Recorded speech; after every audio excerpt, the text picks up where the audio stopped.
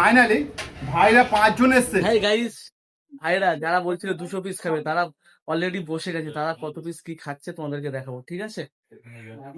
তো বলো কেমন আছো? আলহামদুলিল্লাহ খুব ভালো আছি। তো কত পিস করে দিয়েছে? প্রথম তো আমি 70 পিস নিয়ে এসেছি। 70 পিস, মানে টোটাল 70 পিস। হ্যাঁ, টোটাল টার্গেট কত পিস আছে? টার্গেট খাবে কত পিস টার্গেট আছে? এর মধ্যে হচ্ছে হয়ে যাবে, মানে বলতে পারছি না। এটাতে হয়ে যাবে, সম্ভবত হয়তো 70 পিস হয়ে যাবে।